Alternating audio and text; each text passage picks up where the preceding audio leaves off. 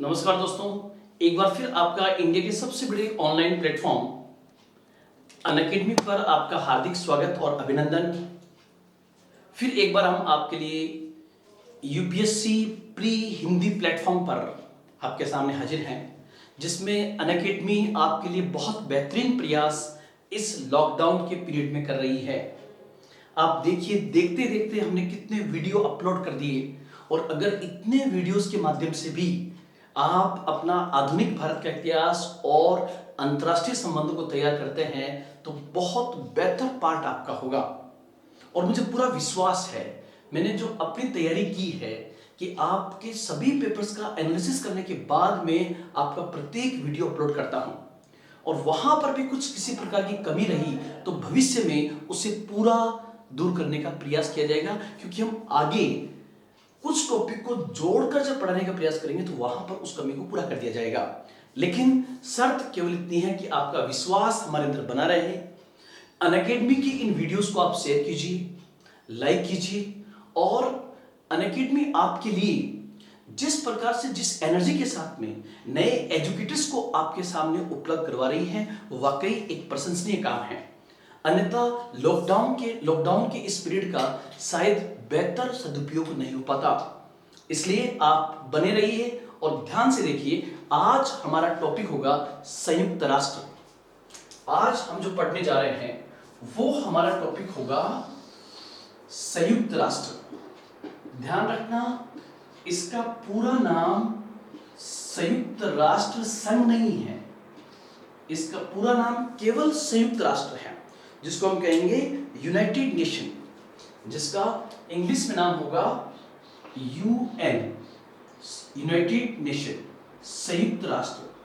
अब सबसे पहले जब हम यूनाइटेड नेशन पढ़ेंगे तो हमें सबसे पहले ये पता होना चाहिए कि कोई भी संगठन बना है तो उसकी कोई ना कोई पृष्ठभूमि जरूर रही है, कि किस पृष्ठभूमि के अंदर यूनाइटेड नेशन की स्थापना की आवश्यकता पड़ी। तो पहला हम सबसे पहले इसका बैकग्राउंड देखने का प्रयास करेंगे कि यूनाइटेड नेशन की स्थापना के पीछे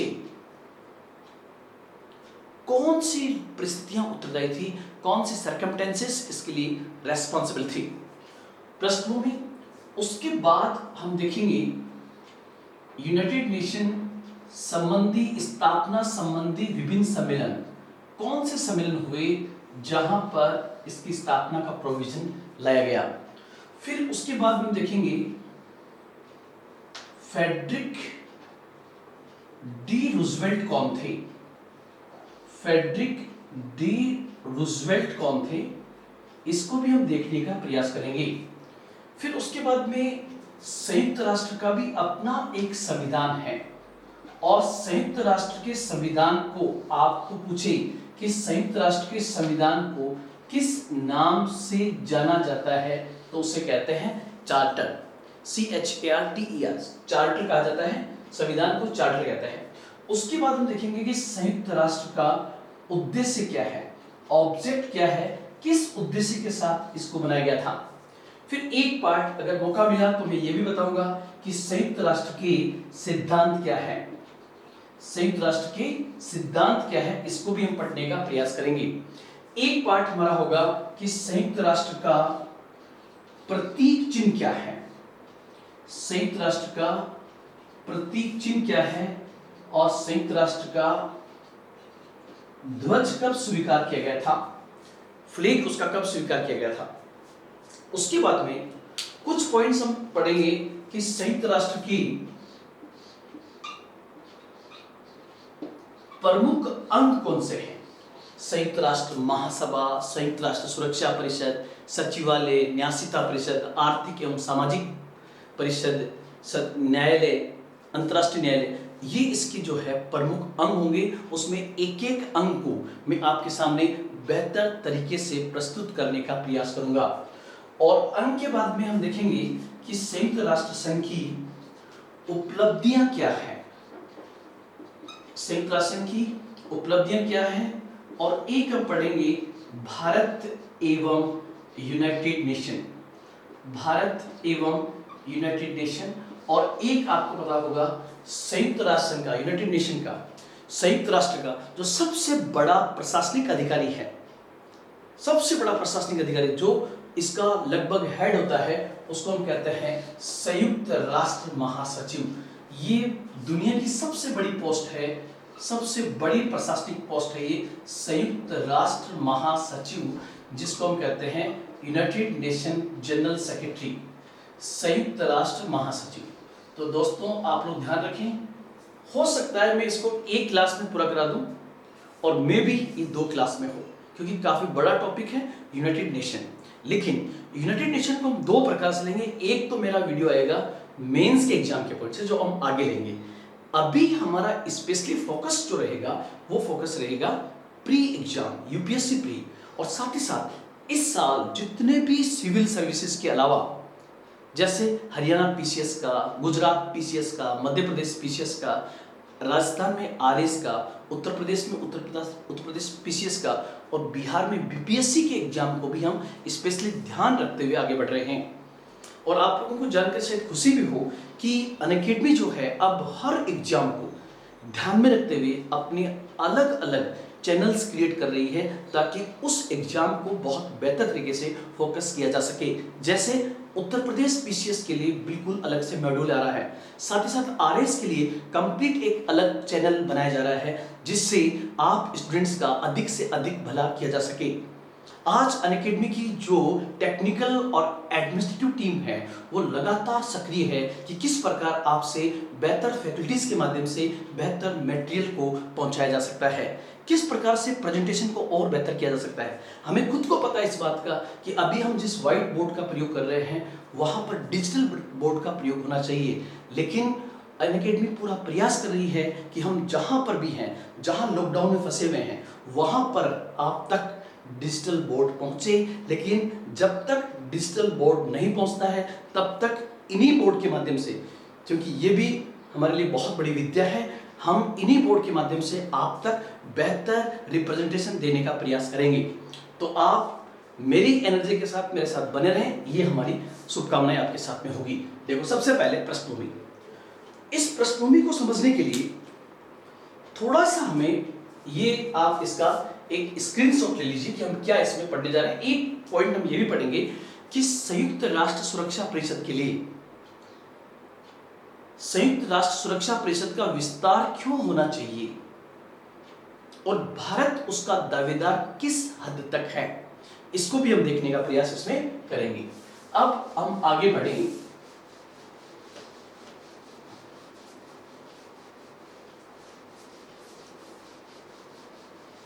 और सबसे पहले ये देखें कि पृष्ठभूमि की बात करें। पृष्ठभूमि किसकी? तो होगा यूएन, मतलब यूनाइटेड नेशन, यूनाइटेड नेशन के निर्माण की प्रक्रिया। तो उसको देखने के लिए हम चले सबसे पहले फर्स्ट वर्ल्ड वॉर, जो प्रथम विश्व युद्ध हुआ था।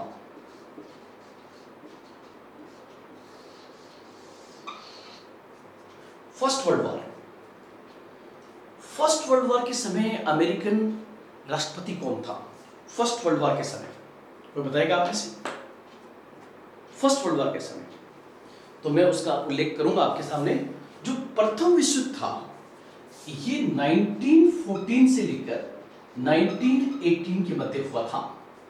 1918 में मित्र राष्ट्रों की जीत हुई। ब्रिटेन, फ्रांस, अमेरिका, ये सब मित्र राष्ट्रों में थे और सेंट्रल पावर उसमें हारी थी।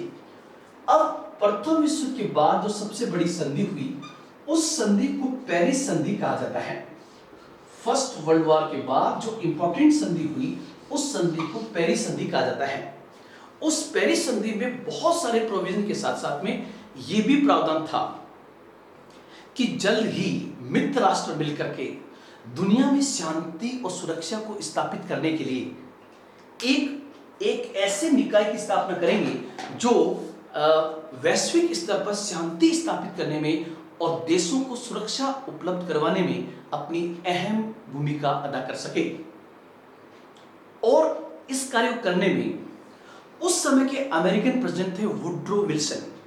आप लोग याद रखना, वुड्रो विल्सन। वुड्रो विल्सन बहुत बड़ा हिमायती था निशस्त्रीकरण का, डिसआर्मामेंट का, कि दुनिया में हथियारों की दौड़ समाप्त होनी चाहिए, दुनिया में शस्त्रों के निर्माण पर रोक लगानी चाहिए। लेकिन उसकी बात को अगर किसी ने तवज्जो नहीं दी, वुड्रो विल्सन जो अमेरिकन प्रेसिडेंट था, अगर उसकी बात को किसी ने तवज्जो नहीं दी तो थी अमेरिकन पार्लियामेंट, अमेरिकी संसद, उसी ने उसको तवज्जो नहीं दिया। इसलिए वुड्रो विल्सन जिस प्रभावशाली तरीके से काम करना चाहता था उस तरीके से काम वो कर नहीं सका। यहां पर मैं कहना चाह रहा हूं कि अंतरराष्ट्रीय स्तर पर वुड्रो विल्सन ही सबसे पहले निशस्त्रीकरण के प्रयास लेके आया था। और वुड्रो विल्सन ने कहा कि अंतरराष्ट्रीय स्तर पर एक ऑर्गेनाइजेशन बनना चाहिए ताकि वापस रिपीट ना हो, क्या, वार। जैसे फर्स्ट वर्ल्ड वार हुआ और उस फर्स्ट वर्ल्ड वार से जिस प्रकार से यूरोप में तबाही हुई, इस प्रकार की तबाही मानवता के लिए बहुत बड़ा खतरा थी। इसलिए प्रथम विश्व युद्ध के बाद, पेरिस संधि के बाद जिस अंतरराष्ट्रीय संगठन की रूपरेखा तैयार हुई और जो एग्जिस्टेंस में आया उसे कहते हैं, पेरिस संधि हुई है 1918 के अंदर, और उसके बाद में जो अंतरराष्ट्रीय संगठन अस्तित्व में आया उसी को हम कहते हैं लीग ऑफ नेशन, उसी को हम कहते हैं राष्ट्र संघ, उसी को कहते हैं राष्ट्र संघ, लीग ऑफ नेशन। लेकिन जैसा कि आप लोग जानते हो अभी पेरिस समझौता हुआ है क्योटो प्रोटोकॉल के स्थान के ऊपर, जलवायु परिवर्तन के लिए, ग्लोबल वार्मिंग को रोकने के लिए पेरिस पैक्ट हुआ है। लेकिन उस पेरिस पैक्ट से अमेरिका हट गया है, जिसके कारण चूंकि सुपर पावर हट गया है तो उसके इंप्लीमेंटेशन में बहुत दिक्कत आ रही है। इसी प्रकार लीग ऑफ नेशन का सबसे इंपॉर्टेंट कर्ता धर्ता वुड्रो विल्सन था, लेकिन वुड्रो विल्सन की बातों को अमेरिका ने स्वीकार नहीं किया, जबकि अमेरिकन प्रेसिडेंट था वो, अमेरिकी संसद ने स्वीकार नहीं किया, इसका कमजोर बिंदु था। इसलिए लीग ऑफ नेशन उस तरीके से काम नहीं कर सका जिस तरीके से काम करना चाहिए था। साथ ही साथ फर्स्ट वर्ल्ड वार के बाद भी, फर्स्ट वर्ल्ड वार के समय जर्मनी के साथ जिस प्रकार की अपमानजनक संधियां की गई थी उससे जर्मनी लगातार अपने आप को तैयार कर रहा था, और उसकी परिणति हुई 1939 में सेकेंड वर्ल्ड वार के रूप में, जब जर्मनी ने पोलैंड पर हमला किया और युद्ध के आसार शुरू हो गए। यहां यह ध्यान रहे कि लीग ऑफ नेशन जो राष्ट्रसंघ था वो 20 साल में ही खत्म हो गया, कारण कि वो उस शांति को और उस सुरक्षा को स्थापित नहीं कर सका जिसकी अपेक्षा इसे स्थापित करते समय की गई थी। तो कुल मिलाके पहला संगठन जो अंतरराष्ट्रीय स्तर पर विश्व युद्ध के बाद बनता है और वो था प्रथम विश्व युद्ध के बाद 1920 में बना राष्ट्रसंघ। लेकिन राष्ट्रसंघ पर आघात कब लगा, इसको धक्का कब पहुंचा, जब शुरू हो गया सेकेंड वर्ल्ड वार। और सेकेंड वर्ल्ड वार जैसा कि आप लोग जानते हैं 1939 से लेकर 1945 तक चलता है। सेकेंड वर्ल्ड वार का होना लीग ऑफ नेशन पर एक प्रकार का प्रश्न चिन्ह था। इसलिए सेकेंड वर्ल्ड वार के साथ ही एक अंतरराष्ट्रीय संगठन खत्म हो गया जिसे राष्ट्र संघ या लीग ऑफ नेशन कहा जाता है। अब बात आगे बढ़ी और आप लोग ध्यान रखना कि जो सेकेंड वर्ल्ड वॉर था उसको भी थोड़ा समझ लेते हैं ताकि पृष्ठभूमि हम और बेहतर तरीके से आपको बता सके। अब आप देखिए कि जो सेकेंड वर्ल्ड वॉर था, सेकेंड वर्ल्ड वॉर, इस सेकेंड वर्ल्ड वॉर में एक तरफ थे मित्र राष्ट्र, एक तरफ थी मित्र राष्ट्र और एक तरफ थे इसमें धुरी राष्ट्र, axis countries. Second world war अगर मैं आपको ज्यादा बेहतर पृष्ठभूमि समझाऊंगा तो आपको संयुक्त राष्ट्र बहुत अच्छा समझ में आएगा। अब मित्र राष्ट्र में था ब्रिटेन, फ्रांस, ये दो उस समय की सुपर पावर थी, इसलिए मित्र राष्ट्र यहां पर शामिल रहे। और धुरी राष्ट्रों में 3 देश थे, जर्मनी, जापान और इटली। ये 3 देशों के नाम आप याद रखोगे। और जिस समय सेकेंड वर्ल्ड वॉर चल रहा है उस समय दुनिया की 2 शक्तियां जो है वो 2 शक्तियां एमर्ज लगभग हो चुकी हैं और वो पावर बन चुकी है, लेकिन सुपर पावर अभी नहीं है। सुपर पावर उस समय ब्रिटेन और फ्रांस थे, लेकिन 2 एमर्जिंग पावर है। और 2 एमर्जिंग पावर जो है उसमें से एक है यूएसए, जो पूंजीवादी समूह का नेतृत्व कर रहा था, और एक था यूएसएसआर, सोवियत संघ, जो बेसिकली साम्यवादी था। यहां पर ही ध्यान रखें आप लोग कि अमेरिका और यूएसएसआर के बीच में आपस में नहीं बनती थी। क्यों? झगड़ा किस बात का था? पूंजीवाद वर्सेस साम्यवाद, कैपिटलिस्ट वर्सेस कम्युनिस्ट। और ये जो देश थे, क्योंकि इनकी पूरी दुनिया में साम्राज्य था, बहुत सारे उपनिवेश थे, इसलिए इन्हें कहा जाता है साम्राज्यवादी शक्तियां, इंपीरियलिस्ट पावर। और इनको कहा जाता है फासिस्ट शक्तियां, फासिस्ट पावर्स। कुल मिला के मैं कहना चाहूंगा कि जिस समय वार हुआ उस समय इस वार से इन 2 शक्तियों को कोई मतलब नहीं था। और ध्यान रखना, जैसे ही ये दोनों शक्तियां इनको हरा देगी तो उसके बाद का पहला परिणाम होगा कि मित्र राष्ट्र युद्ध जीत गए, लेकिन शक्ति नहीं रहे। मतलब ब्रिटेन और फ्रांस सुपर पावर नहीं रहेंगे, तो किसकी चलेगी? यूएसए और यूएसएसआर की। अब क्या हुआ कि चूंकि ब्रिटेन और फ्रांस को जो हथियार थे वो व्यापक स्तर पे अमेरिका ने दे रखे थे, इसलिए अमेरिका के हित इनके साथ जुड़े हुए थे, इसलिए सेकेंड वर्ल्ड वॉर में अमेरिका भी इनके साथ में आ जाता है। साथ ही साथ 2 साल तक यूएसएसआर अलग रहा, लेकिन जर्मनी एक बहुत बड़ी गलती करता है और जर्मनी इस पर हमला कर लेता है, यूएसएसआर पर। यह उसकी बहुत बड़ी मिस्टेक थी, इसलिए जब जर्मनी ने यूएसएसआर पे हमला किया तो यूएसएसआर भी इस खेमे में आ गया।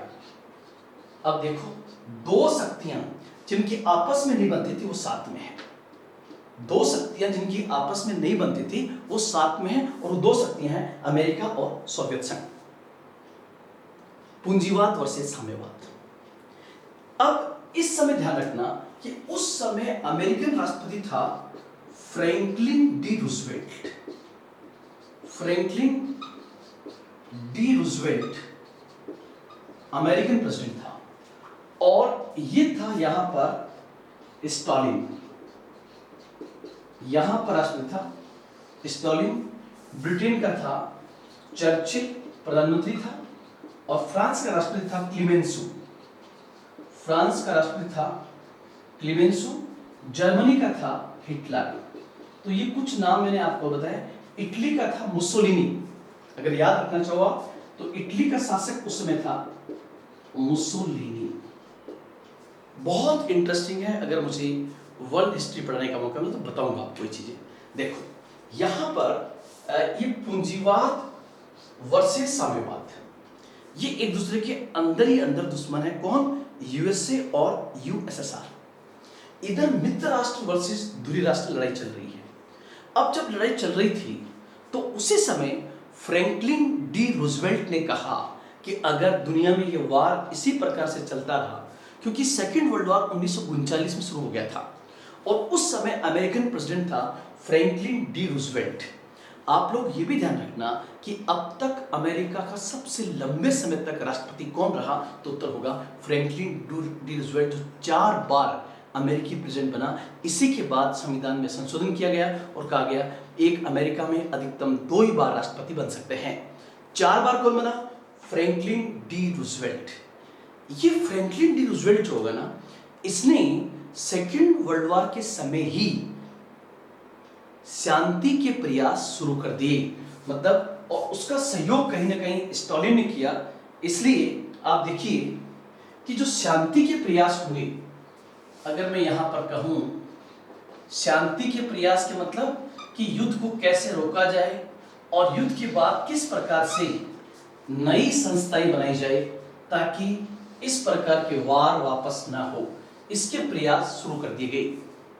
तो जो शांति के प्रयास होंगे उसमें पहला आता है नंबर 1 लंदन सम्मेलन।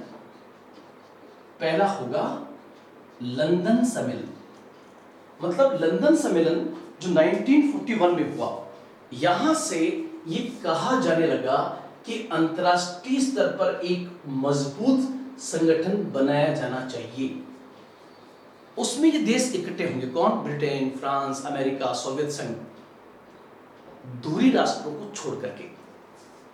तो पहला प्रयास सेकेंड वर्ल्ड वॉर के समय शुरू हो गया है और सेकेंड वर्ल्ड वॉर के समय दुनिया में शांति वापस स्थापित करने के लिए और संगठन स्टैब्लिश करने के लिए किसके स्थान पर? लीग ऑफ नेशन, राष्ट्र संघ के स्थान पर प्रयास शुरू हुए और लंदन सम्मेलन 1941 हुआ, जिसमें सहमति हुई कि अंतर्राष्ट्रीय स्तर पर एक ऑर्गेनाइजेशन होना चाहिए तो दुनिया में शांति स्थापित कर सके।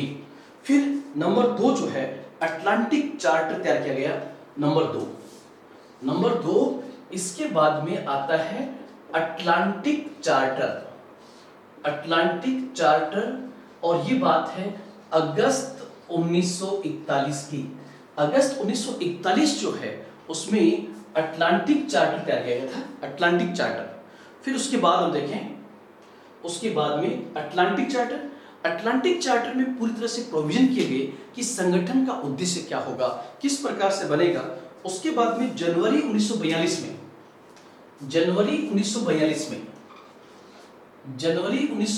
में संयुक्त राष्ट्र घोषणा हुई, संयुक्त राष्ट्र डिक्लेरेशन हुआ जनवरी 1942 के अंदर। संयुक्त राष्ट्र घोषणा पत्र के रूप में एक घोषणा हुई। उसके बाद में अक्टूबर 1943 में मास्को घोषणा हुई। अक्टूबर 1943 में रूस की राजधानी, जो उस समय सोवियत संघ की राजधानी थी, वहां पर मास्को घोषणा हुई।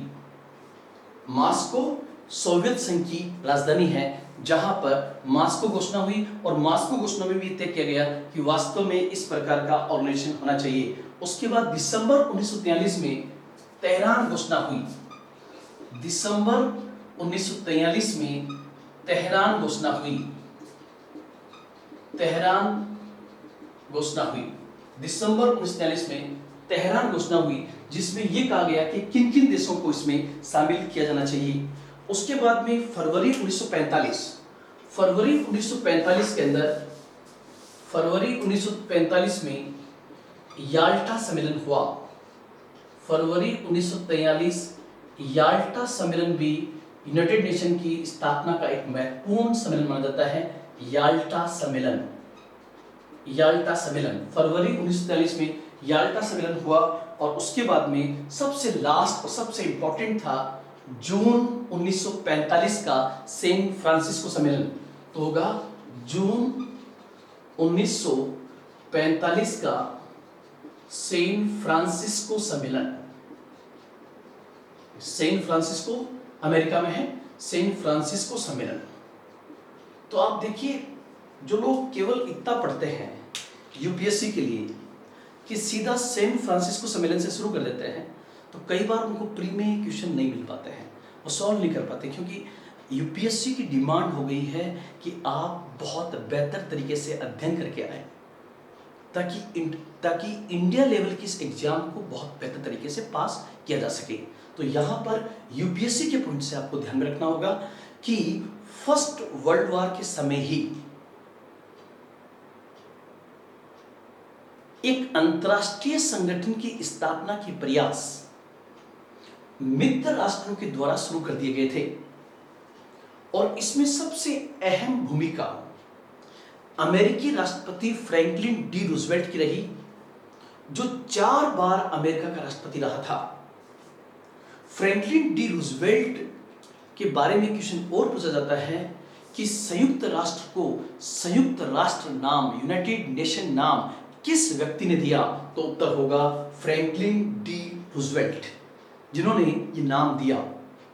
और इन लोगों के प्रयासों से, स्टालिन के, रूजवेल्ट के प्रयासों से ही जब सेकेंड वर्ल्ड वॉर चल रहा था, उसी दौरान शांति के प्रयास शुरू कर दिए गए थे और इस बात पर मेहनत की जाने लगी कि किस प्रकार से एक और अंतरराष्ट्रीय संगठन बनाया जाए जो लीग ऑफ नेशन की तरह कमजोर ना हो, जो दुनिया को एक नई आशा दिखा सके। इसी क्रम में शांति के प्रयास शुरू हुए सेकेंड वर्ल्ड वॉर के दौरान ही, और इसमें सबसे पहले लंदन सम्मेलन 1941, 1941, अटलांटिक चार्टर अगस्त 1941, संयुक्त राष्ट्र घोषणा जनवरी 1942, अक्टूबर 1943 का मास्को घोषणा, दिसंबर 1943 का तेहरान घोषणा, फरवरी 1943 का याल्टा सम्मेलन और जून 1945 का सैन फ्रांसिस्को सम्मेलन। तो इसमें अगर सबसे इंपॉर्टेंट आप मानोगे तो होगा सैन फ्रांसिस्को सम्मेलन को। इस सैन फ्रांसिस्को समिट के अंदर ही सबसे इंपॉर्टेंट रूपरेखा, स्थापना और सब प्रोविजन यहां पर किए गए। तो हम आगे बढ़ते हैं और ये मैंने एक पृष्ठभूमि समझाने का प्रयास किया आपको। मुझे 5-7 मिनट का टाइम जरूर लगा, लेकिन ये पृष्ठभूमि आपके आगे बहुत बेहतर तरीके से काम आएगी, जहां पर कई बार अगर बहुत डेप्थ से प्रश्न पूछा जाता है तब आप उसको बहुत बेहतर अटेम्प्ट कर सकते हो। अब यहां पर हम देखें कि सबसे पहले हम पढ़ने जा रहे हैं यूएन संयुक्त राष्ट्र के निर्माण को, और उसके जो इंपॉर्टेंट पॉइंट्स हैं वो पॉइंट्स कौन कौन से हो सकते हैं, उसको अगर हम देखें तो वो पॉइंट्स क्या क्या होंगे उसको हम देखते हैं। नंबर 1, वो पॉइंट्स क्या क्या होंगे। सबसे पहला क्वेश्चन कि संयुक्त राष्ट्र को संयुक्त राष्ट्र नाम किसने दिया? संयुक्त राष्ट्र को संयुक्त राष्ट्र, ये जो यूनाइटेड नेशन जो नाम दिया गया है, ये नाम किसने दिया? तो उत्तर होगा अमेरिकी प्रेसिडेंट फ्रैंकलिन डी रूजवेल्ट के द्वारा। फ्रैंकलिन डी रूजवेल्ट के द्वारा, फ्रैंकलिन डी रूजवेल्ट के द्वारा। और ध्यान रखना, अभी जो कोविड-19 का लॉकडाउन 3rd चल रहा है, उसमें पिछले 2-3 दिनों से डिमांड चल रही है। इवन बिल गेट्स ने कहा है कि अंतर्राष्ट्रीय स्तर पर अंतर्राष्ट्रीय महामारी को रोकने के लिए भी कोई बहुत इंपॉर्टेंट ऑर्गेनाइजेशन होना चाहिए जो संयुक्त राष्ट्र की तरह काम करे, और इससे एक संगठन के काम करने की प्रक्रिया पर बहुत बड़ा प्रश्न चिन्ह लगा है, और वो है WHO, वर्ल्ड हेल्थ ऑर्गेनाइजेशन, जिसने कोरोना कोविड-19 को इतना सीरियस नहीं लिया और आज पूरी दुनिया कोविड-19 के कारण बंद है। आज पूरी दुनिया की 2 प्रकार की है, एक तो जीवन और मृत्यु का संघर्ष और एक आर्थिक महामारी। तो एक और चल रहा है, हम उसको अलग से पढ़ेंगे, WHO, और WHO के विकल्प के तौर पर क्या हो सकता है, तो उसको भी देखेंगे। तो पहला पॉइंट ये हुआ। दूसरा, पहला पॉइंट था कि संयुक्त राष्ट्र का नाम किसने दिया? तो फ्रैंकलिन डी रूजवेल्ट ने दिया था, जो अमेरिकी प्रेसिडेंट थे। दूसरा क्वेश्चन आपसे पूछे कि संयुक्त राष्ट्र के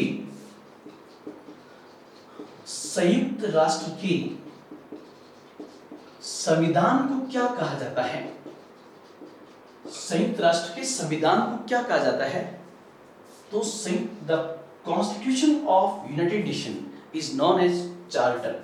संयुक्त राष्ट्र के संविधान को चार्टर कहा जाता है। संयुक्त राष्ट्र के संविधान को चार्टर कहा जाता है, ये बिंदु भी आप ध्यान में रखेंगे। तीसरा, संयुक्त राष्ट्र चार्टर के संबंध में अंतिम सम्मेलन कौन सा माना जाता है? तो अंतिम सम्मेलन माना जाता है जो संयुक्त राष्ट्र के निर्माण में सबसे अहम रोल अदा करता है, वो था अमेरिका में हुआ सैन फ्रांसिस्को सम्मेलन।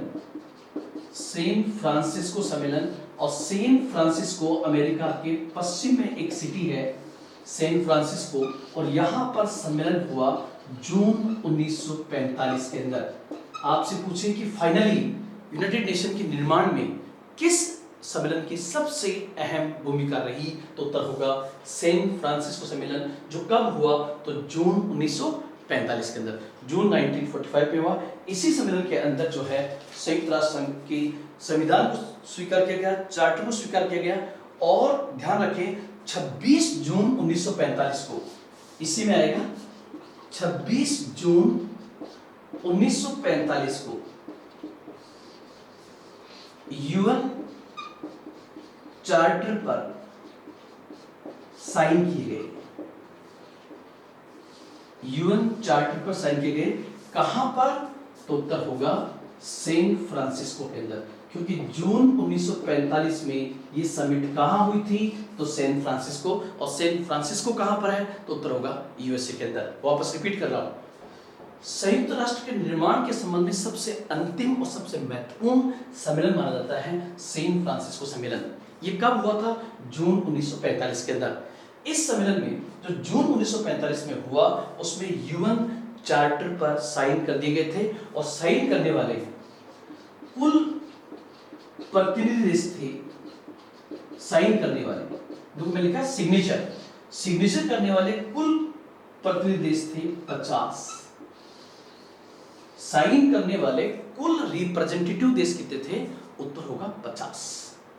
लेकिन आपसे ये पूछे कि यूएन जो है उसके संस्थापक देश कौन से माने जाते हैं, या संस्थापक देश कितने हैं, तो संयुक्त राष्ट्र के जो संस्थापक देश है वो थे 51। संयुक्त राष्ट्र के फाउंडर कंट्री कितने, 51। और मैं बोल क्या रहा हूं कि सैन फ्रांसिस्को समिट में जब यूएन चार्टर पर साइन किए गए तो उस समय देश थे 50। कौन सा देश सिग्नेचर के समय उपलब्ध नहीं था, उत्तर होगा पोलैंड। तो इसका मतलब ये होगा कि संस्थापक देश होंगे 50 + 1, और यहाँ पर 1 का मतलब किस देश से है, तो 1 का मतलब यहाँ पर होगा किस देश से, पोलैंड से। 1 का मतलब यहाँ पर इस पोलैंड से होगा। तो टोटल संस्थापक देश कितने होंगे, 51। यहाँ पर एक दिमाग में आप आएगा कि सर क्या भारत उन 51 में था। आपके पास में ये आए कि सर क्या भारत संयुक्त राष्ट्र के संस्थापक देशों में था, तो उत्तर होगा यस। भारत उस समय एक उपनिवेश था ब्रिटेन का, लेकिन भारत में राष्ट्रीय आंदोलन अपने चरम पर था। गांधी जी के नेतृत्व में भारत छोड़ो आंदोलन चल रहा था। 1942 के भारत छोड़ो आंदोलन के बाद लगभग ये तय हो गया था, और 1945 के सेकेंड वर्ल्ड वॉर ने परिस्थितियां और भारत के अनुकूल बना दी। इसलिए जिस समय संयुक्त राष्ट्र बन रहा था, उसी समय अमेरिका और सोवियत संघ ने ब्रिटेन और फ्रांस से कहा कि आप लोकतांत्रिक मूल्यों को जीवित रखिए, और जो देश आपके उपनिवेश है उनको भी यहां प्रतिनिधित्व दीजिए। इसलिए ब्रिटेन को प्रेशराइज किया गया। इसलिए संयुक्त राष्ट्र के संस्थापक देशों में एक नाम भारत भी था, और भारत में, भारत की ओर से अगर ये पूछे यूएन निर्माण में जो संस्थापक देश है उसमें एक देश भारत भी था, और भारत की ओर से यहां पर सिग्नेचर किसने किए, तो रामास्वामी ने, रामास्वामी मुदलियार ने ये सिग्नेचर किए थे। रामास्वामी मुदलियार ने ये सिग्नेचर किए थे। तो ये पॉइंट भी आप यहाँ पर ध्यान रखेंगे कि यूनाइटेड नेशन के इस चार्टर पर साइन किसने किए, उत्तर होगा रामास्वामी मुदलियार ने। रामास्वामी, ये पूरा नाम था ए रामास्वामी, तो आप लोग ध्यान रखना, ए रामास्वामी मुदलियार ने ये सिग्नेचर किए थे। तो रिपीट कर ले वापस, संयुक्त राष्ट्र को संयुक्त राष्ट्र नाम किसने दिया, फ्रैंकलिन डी रूजवेल्ट ने। संयुक्त राष्ट्र के संविधान को किस नाम जानते हैं, तो चार्टर के नाम से। संयुक्त राष्ट्र संबंधी अंतिम सबसे महत्वपूर्ण सम्मेलन कौन सा था? तो सैन फ्रांसिस्को सम्मेलन। यह सम्मेलन कब हुआ था? तो जून 1945 के अंदर। और 26 जून 1945 को जब संयुक्त राष्ट्र पर संयुक्त चार्टर पर साइन सैन फ्रांसिस्को में किए गए, तो उस समय साइन करने वाले कुल प्रतिनिधि कितने थे? तो 50। और संस्थापक देश कितने बने जाएंगे? 51। इसका मतलब सिग्नेचर के समय एक देश उपलब्ध नहीं था, उसका नाम था पोलैंड। इसलिए फाउंडर कंट्री माने जाते हैं 50 + 1 = 51। और कौन था? पोलैंड। क्या भारत संस्थापकों में शामिल था? तो यस, भारत फाउंडर मेंबर में था। हालांकि उस समय भारत आजाद नहीं हुआ था। भारत की ओर से यहां पर रिप्रेजेंटेटिव था ए रामास्वामी मुदलियार ने भारत का प्रतिनिधित्व किया था। उसके बाद आप देखिए कि एक क्वेश्चन जो आपसे और पूछा जाता है, और वो क्वेश्चन है कि संयुक्त राष्ट्र के बिंदुओं में ये जो संयुक्त राष्ट्र चार्टर है, ये चार्टर बेसिकली अस्तित्व में कब आ जाता है? मतलब कब इसको लागू कर दिया जाता है? तब इसका इंप्लीमेंटेशन जो है वो होता है 24 अक्टूबर 1945 को। 24 अक्टूबर 1945 को। इसलिए 24 अक्टूबर को संयुक्त राष्ट्र दिवस मनाया जाता है। यूएन डे कब मनाया जाता है? तो 24 अक्टूबर 1945 को। मतलब संयुक्त राष्ट्र अस्तित्व में कब से आ गया? सिग्नेचर हुए 26 जून 1945, अस्तित्व में आया 24 अक्टूबर 1945 को। इसलिए हर साल प्रति वर्ष 24 अक्टूबर को संयुक्त राष्ट्र दिवस के रूप में मनाया जाता है। उसके बाद हम आगे बढ़े, और यूएन की पहली बैठक कहां हुई थी? तो लंदन में हुई थी, वेस्टमिंस्टर के अंदर। वेस्टमिंस्टर में हुई थी, लंदन में। उसके बाद आपसे पूछे कि जब इसकी स्थापना हुई थी तब इसमें सदस्यों की संख्या 51 थी। तो वर्तमान में इसमें सदस्यों की संख्या कितनी है? तो आप लोग ध्यान रखना, आज ये संख्या 51 से बढ़कर 193 हो गई है। 193 हो गई है। तो कई बार ये क्वेश्चन पूछ लिया जाता है कि यूनाइटेड नेशन के अंतिम 2 देश जिन्हें यूनाइटेड नेशन की सदस्यता मिली कौन से हैं? तो एक तो उसमें यूरोप का देश है मॉन्टेनेग्रो, जो 2006 में एग्जिस्टेंस में आया है। ये सर्बिया से अलग होकर देश बना है। मॉन्टेनेग्रो ये बना 192वां देश बना मॉन्टेनेग्रो।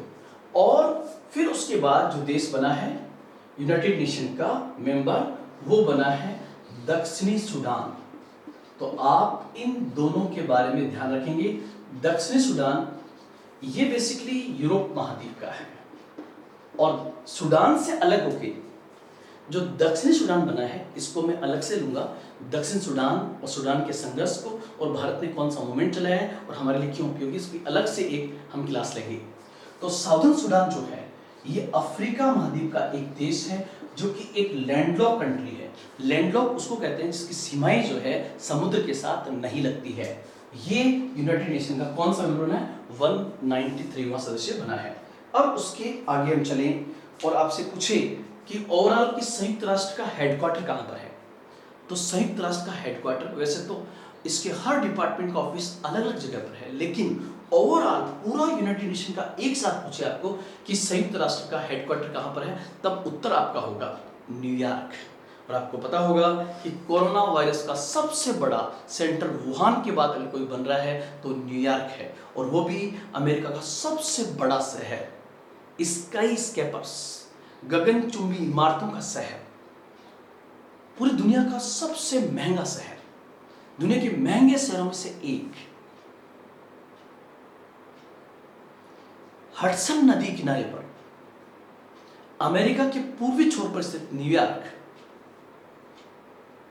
आज कोविड-19 के कारण बहुत ज्यादा शिकार है, और अमेरिका में जिस गति से लोग मर रहे हैं, ये चीज बताती है कि अमेरिका अति चालाक बनने की कोशिश की और वो बहुत बहुत घाटे में रहा। और हमारे देश में स्पेशली भारत के प्रधानमंत्री श्रीमान नरेंद्र मोदी कुछ राज्यों के मुख्यमंत्री, जिसमें सबसे टॉप पर नाम चल रहा है राजस्थान के मुख्यमंत्री श्रीमान अशोक गहलोत ने जिस प्रकार से कोविड-19 को रोकने का जो प्रयास किया वो काबिल तारीफ है। लॉकडाउन के कारण हम मानते हैं कि आम आदमी पर इसका बहुत नेगेटिव इकोनॉमिक इफेक्ट पड़ा है, लेकिन जैसा कि जान है तो जहान है, और भारत कोविड-19 का अगर स्वास्थ्य के दृष्टिकोण से मुकाबला कर सकता है तो हम आर्थिक दृष्टि से भी इसका बहुत बेहतर मुकाबला करेंगे। अब हम आगे चलें और अब एक एक पॉइंट को और पढ़ते हैं। कुछ बेसिक पॉइंट्स अभी तक हमने पढ़ने का प्रयास किया जहां से एग्जाम में प्रश्न पूछे जाने की संभावना पूरी है। अब एक हमारा पहला पॉइंट होगा कि संयुक्त राष्ट्र का, यूनाइटेड नेशन का उद्देश्य क्या है? The object of United nation, संयुक्त राष्ट्र का उद्देश्य क्या है? मैं इसको बोलूंगा, लिखाऊंगा, ध्यान रखना, आप अपने पॉइंट पे कर सकते हो। तो संयुक्त राष्ट्र का जो उद्देश्य है वो संयुक्त राष्ट्र का जो चार्टर है, चार्टर मतलब संयुक्त राष्ट्र का संविधान, उस चार्टर के अनुच्छेद 1 में इसका पूरा वर्णन किया गया है कि यूनाइटेड नेशन का ऑब्जेक्ट क्या होगा। संयुक्त राष्ट्र के चार्टर में अनुच्छेद 1 में संयुक्त राष्ट्र के उद्देश्य को बहुत बेहतर तरीके से व्यक्त किया गया है। और इसका उद्देश्य क्या है उसको आप ध्यान रखना। पहला ऑब्जेक्ट तो ध्यान रखना, पहला लाइन वो क्या है? पहला पॉइंट है नंबर 1, विश्व शांति। विश्व शांति एवं, ध्यान रखना, 2 पॉइंट इंपॉर्टेंट है और 2 पॉइंट पहले बिंदु में ही है। विश्व शांति एवं सुरक्षा को बनाए रखना। विश्व शांति एवं सुरक्षा को बनाए रखना, जैसे अंतरराष्ट्रीय स्तर पर शांति हो, अगर शांति होगी तो ही मानव का विकास होगा। तो पहला शांति और दूसरा सुरक्षा, अर्थात अगर विश्व सुरक्षा को, विश्व शांति को किसी प्रकार का खतरा हो तो यूनाइटेड नेशन को आगे आना चाहिए। जैसे आज पूरी दुनिया महामारी की चपेट में है, उसमें कई गरीब देश भी, कई अमीर देश भी है, लेकिन इस समय यूनाइटेड नेशन को आगे आना चाहिए। और चाहे कॉन्फ्रेंसिंग, ताकि सोशल डिस्टेंसिंग बने रहे, वीडियो कॉन्फ्रेंसिंग के जरिए बहुत व्यापक चर्चा होनी चाहिए यूनाइटेड नेशन के अंदर कि इस महामारी का मुकाबला कैसे करें। और ये मांग उठाई भी जा रही है, तो क्योंकि हमारा इस संगठन का मेन ऑब्जेक्ट ही है शांति और सुरक्षा को बनाए रखना। अगर ये कोविड-19 जैसा वायरस अगर मेन मेड है, चाइना मेड है, इंसान द्वारा बनाया गया है, तो ये इस प्रकृति के लिए, इंसानियत के लिए और इस पृथ्वी के लिए खतरा है। और उस पर कार्रवाई कौन करे? संयुक्त राष्ट्र करे, जो भी देश उत्तरदायी है। इसी प्रकार शांति और सुरक्षा, अगर दुनिया में युद्ध होने की संभावना हो तो उस युद्ध को रोकने का प्रयास कौन करे? संयुक्त राष्ट्र। वैश्विक आतंकवाद के खिलाफ अभियान कौन चलाए? तो उत्तर होगा आपका संयुक्त राष्ट्र। पहला ऑब्जेक्ट जो है विश्व शांति एवं सुरक्षा को बनाए रखना। दूसरा समान अधिकार एवं लोगों को, दूसरा जो और याद रखना, समान अधिकार एवं लोगों के आत्मनिर्णय के सिद्धांत के आधार पर, लोगों के आत्मनिर्णय के सिद्धांत के आधार पर देशों के बीच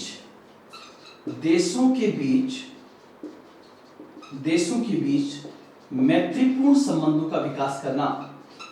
देशों के बीच मैत्रीपूर्ण संबंधों का विकास करना, ये दूसरा पॉइंट। कम से कम 2 बिंदु तो आप याद रखना, मैत्रीपूर्ण संबंधों का विकास करना, मैत्रीपूर्ण संबंधों का विकास करना। तो ये दूसरा पॉइंट है। आप देखिए, पहला है विश्व शांति एवं सुरक्षा को बनाए रखना, दूसरा समान अधिकार एवं लोगों के आत्मनिर्णय के सिद्धांत। आत्मनिर्णय का मतलब क्या होगा कि जैसे भारत 135 करोड़ का देश है, लेकिन ऑस्ट्रेलिया महाद्वीप में कई छोटे देश हैं, जैसे तुवालू, समोआ, माइक्रोनेशिया, वहां की संख्या हजारों में ही है। आप मुझे बताइए कमेंट बॉक्स में कि ऑस्ट्रेलिया महाद्वीप का ऐसा कौन सा देश है जिसकी जनसंख्या मात्र 1100 ही है। तो 1100 वाला देश भी देश है और 135 करोड़ वाला भी देश है, उसका भी अधिकार होना चाहिए और इसका भी अधिकार होना चाहिए। इसको हम कहते हैं आत्मनिर्णय का अधिकार। अगर उस 1100 वाले देश पर किसी और देश का हमला होता है तो उसको बचाने के लिए आगे कौन आएगा? संयुक्त राष्ट्र आएगा, यूनाइटेड नेशन उसके लिए आगे आएगा। तभी तो वास्तविकता में यूनाइटेड नेशन काम कर सकेगा। और इस मामले में यूनाइटेड नेशन को हमें मानना चाहिए, ध्यान रखना, संयुक्त राष्ट्र को और उसके तत्कालीन महासचिव को शांति और सुरक्षा के लिए नोबेल पुरस्कार मिल चुका है। आप कमेंट बॉक्स में बताएं किस वर्ष का शांति का नोबेल पुरस्कार संयुक्त राष्ट्र एवं इसके महासचिव को दिया गया। तो ये पॉइंट भी आप बताना। फिर तीसरा जो है, तीसरा मानव समाज के विकास हेतु, मानव समाज के विकास हेतु अंतरराष्ट्रीय तंत्र के रूप में, अंतरराष्ट्रीय तंत्र के रूप में काम में करना।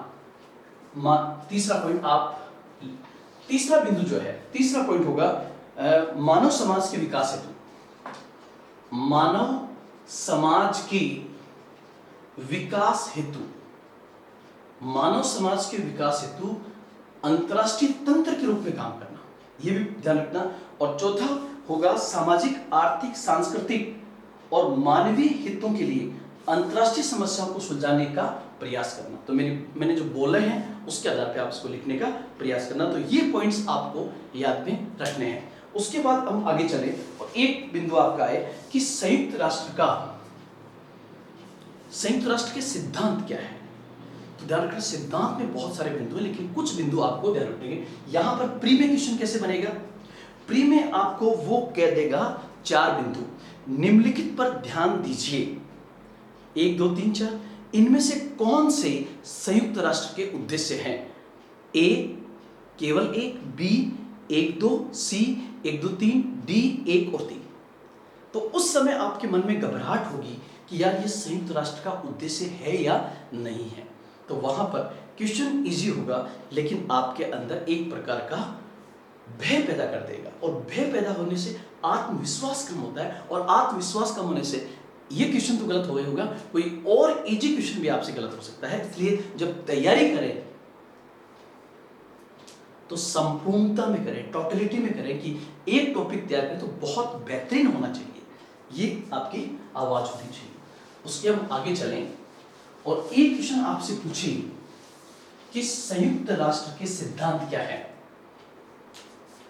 एक आपसे पूछे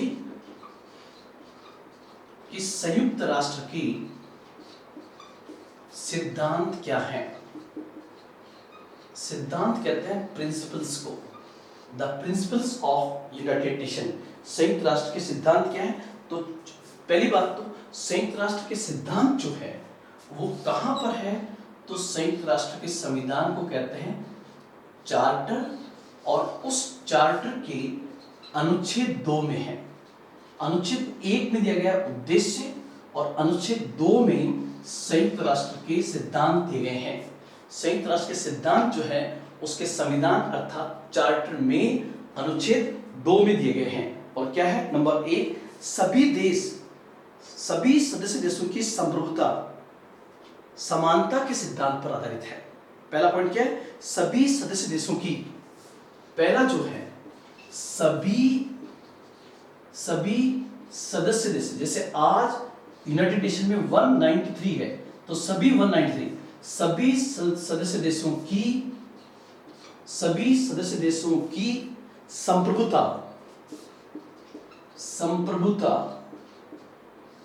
समानता पर आधारित है।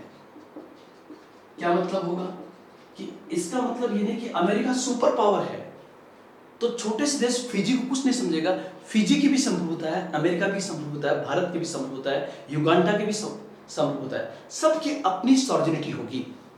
मतलब संप्रभुता के आधार पर सब समान है। जब सब समान है तो महासभा में सबके वोट बराबर होंगे। पहला पॉइंट। नंबर 2, सभी सदस्य देश यूएन घोषणा पत्र में वर्णित कर्तव्यों का निर्वाह करेंगे। दूसरा पॉइंट क्या है? कर्तव्यों का पालन। जितने भी देश दिए गए हैं वो संयुक्त राष्ट्र के जो कर्तव्य दिए गए हैं उन कर्तव्यों का पालन करेंगे। तीसरा, अंतर्राष्ट्रीय शांति और सुरक्षा और न्याय जब भी खतरे में हो तब ये देश मिलकर काम करेंगे और कोई भी ऐसा देश जो इसे खतरे में डालने का प्रयास करता है उसके खिलाफ कार्रवाई की जाएगी और विवादों का शांतिपूर्ण तरीके से समाधान ढूंढने का प्रयास किया जाएगा। ध्यान रखना, विवादों का शांतिपूर्ण तरीके से, विवादों का शांतिपूर्ण तरीके से समाधान ढूंढने का प्रयास किया जाएगा। जैसे आप देखिए, जैसे आप देख रहे हो अभी कोविड-19 को लेकर अमेरिका और चीन के बीच में तनाव है और ये तनाव युद्ध का रूप ले सकता है। इसलिए यहां पर भी यूनाइटेड नेशन को आगे आना चाहिए, चर्चा करनी चाहिए और अगर वुहान की लैब में किसी प्रकार के वायरस का निर्माण हुआ तो उसकी जांच अमेरिका द्वारा नहीं हो, चीन द्वारा नहीं हो, भारत द्वारा नहीं हो, बल्कि दुनिया में अंतर्राष्ट्रीय शांति और सुरक्षा के लिए बनाए गए संगठन यूनाइटेड नेशन के माध्यम से ऐसा काम होना चाहिए। तो ये बिंदु भी आप यहाँ पर ध्यान रखें। उसके बाद हम आगे बढ़ें तो तीसरा पॉइंट आएगा आपके पास में जो आपको याद रखना चाहिए, वो है कि संयुक्त राष्ट्र का प्रतीक चिन्ह क्या है। तीसरा होगा संयुक्त राष्ट्र का प्रतीक चिन्ह क्या है। संयुक्त राष्ट्र का प्रतीक चिन्ह क्या है, जो जगह जगह यहां पर आएगा। तो इसमें जो उत्तर होगा वो क्या होगा कि संयुक्त राष्ट्र का जो प्रतीक चिन्ह है वो कैसे बना हुआ है। सबसे पहले 5 सर्किल बने हुए हैं। जो सबसे छोटा सर्किल है वो बेसिकली नॉर्थ पोल को दिखा रहा है। ये 5 सर्किल है, 4 और ये ऐसे 5 सर्किल होंगे। मैं यहाँ पर नहीं बनाऊंगा तो भी आप नेट पर देख सकते हो, कोई बड़ी बात नहीं होगी। और इधर दोनों साइड में जैतून की 2 पत्तियां हैं, एक ये और एक ये जैतून की पत्तियां हैं।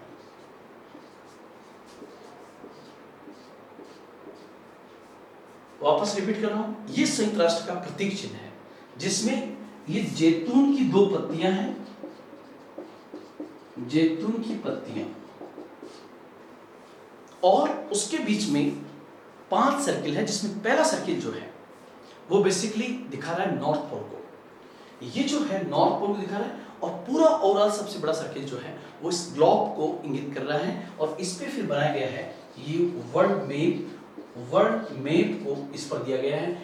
ये संयुक्त राष्ट्र का प्रतीक चिन्ह है। क्वेश्चन आपसे पूछे कि यूनाइटेड नेशन ने अपना प्रतीक चिन्ह कब स्वीकार किया, तो 7 दिसंबर 1946 को संयुक्त राष्ट्र का प्रतीक चिन्ह कब स्वीकार किया गया, तो 7 दिसंबर 1946 को इसका प्रतीक चिन्ह स्वीकार किया गया था।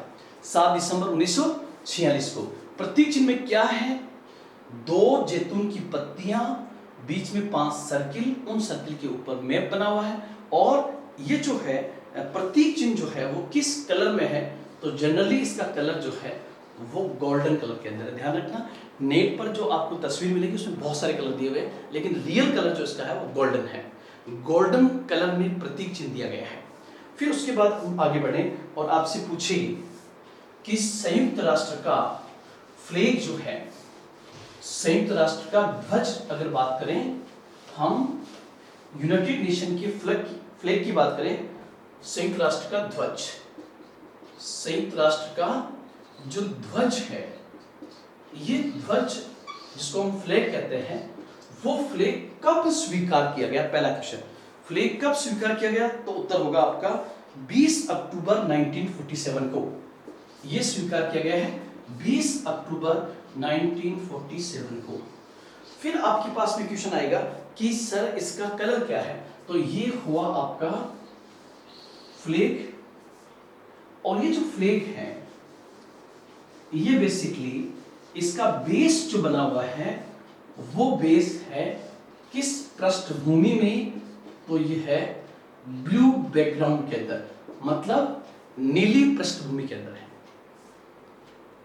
और नीली पृष्ठभूमि में कैसा फ्लैग होगा, तो फ्लैग का कलर जो है, बैकग्राउंड जो है वो ब्लू है। और उस ब्लू बैकग्राउंड में बनाई गई है संयुक्त राष्ट्र का प्रतीक चिन्ह।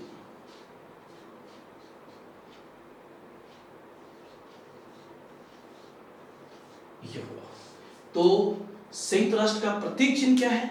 तो नीले बैकग्राउंड में गोल्डन चिन्ह और बैकग्राउंड नीचे नीला स्वीकार किया गया 20 अक्टूबर 1947 को। हम फिर आगे बढ़े और अब हम आते हैं, एक क्वेश्चन आपसे पूछे कि संयुक्त राष्ट्र की आधिकारिक मतलब ऑफिशियल लैंग्वेजेस कौन सी हैं? संयुक्त राष्ट्र की आधिकारिक भाषाएं कौन सी हैं? तो ये भी आपके एग्जाम में क्वेश्चन पूछा जा सकता है। संयुक्त राष्ट्र की या यूएन की आधिकारिक भाषाएं कौन सी हैं? The official languages of United nation, UN की आधिकारिक भाषाएं कौन सी है? तो आप देखिए, नंबर 1 स्पेनिश। ध्यान रखना, आज भी स्पेनिश कई देशों में बोली जाती है। ध्यान रखना, स्पेन के भी कई कॉलोनीज थी। जैसे आप देखोगे पूरा दक्षिण अमेरिका जो है, साउथ अमेरिका, उसमें स्पेनिश बहुत बड़े से बोली जाती है। और वैसे स्पेनिश किस देश की है? तो स्पेन की। स्पेनिश, इंग्लिश, फ्रेंच,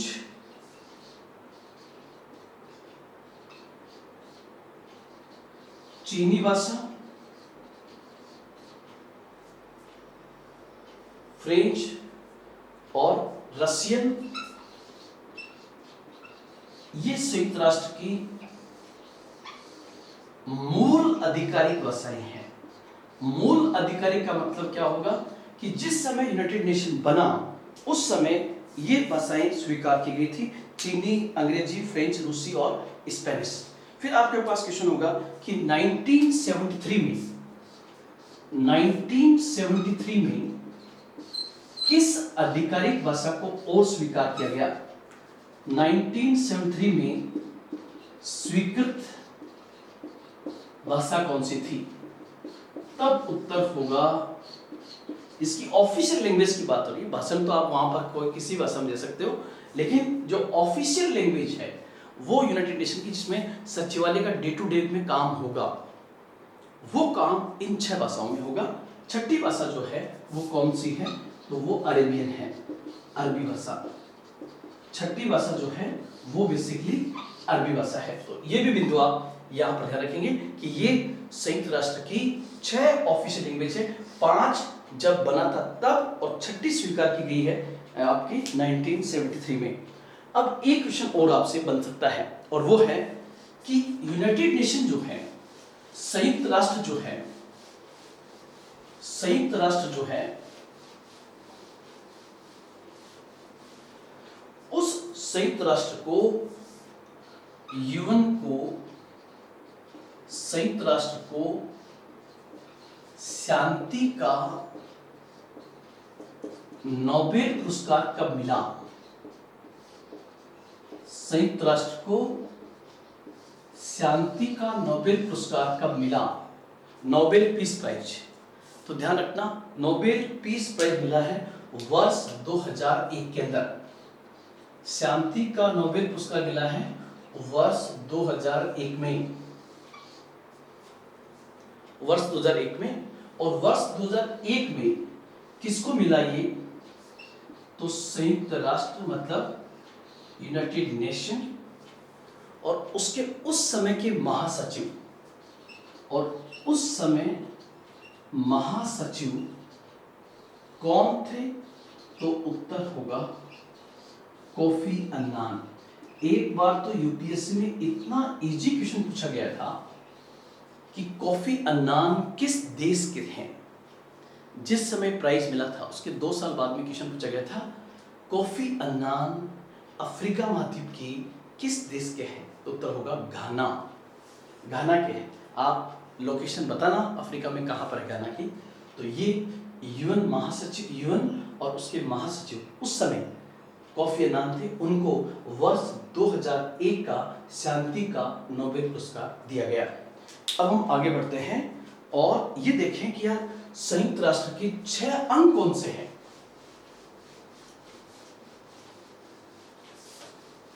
तो इसको हम देखें। सबसे पहले हम ये कहें UN के अभिन्न अंग कौन से हैं, इंटीग्रल पार्ट कौन से हैं, तो आप लोग ध्यान रखना UN के अभिन्न अंग जो है उसकी चर्चा कहां पर है, तो उसकी चर्चा है अनुच्छेद 7 में। अनुच्छेद 7 में चर्चा की गई है, अनुच्छेद 7 में चर्चा की गई है। और एक क्वेश्चन पूछे कि UN के कितने अंग हैं।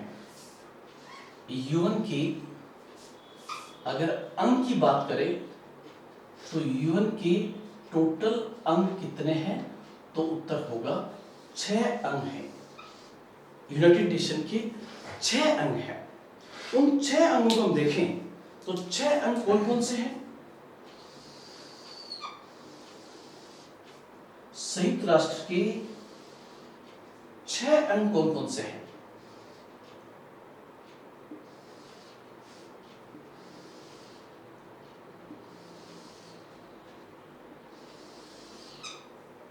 ये 6 अंग हैं। अब इन 6 अंगों में सबसे पहले, जैसे मैंने यहां पर लिख दिया,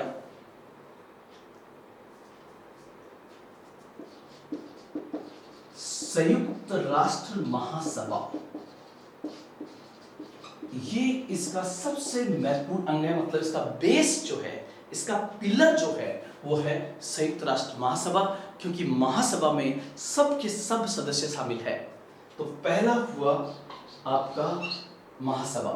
दूसरा इंपॉर्टेंट है संयुक्त राष्ट्र सुरक्षा परिषद, संयुक्त राष्ट्र सुरक्षा परिषद, यूनाइटेड नेशन सिक्योरिटी काउंसिल। तीसरा है आर्थिक एवं सामाजिक परिषद, आर्थिक एवं सामाजिक परिषद, ये तीसरा है। चौथा जो है वो है अंतर्राष्ट्रीय न्यायालय, अंतर्राष्ट्रीय न्यायालय।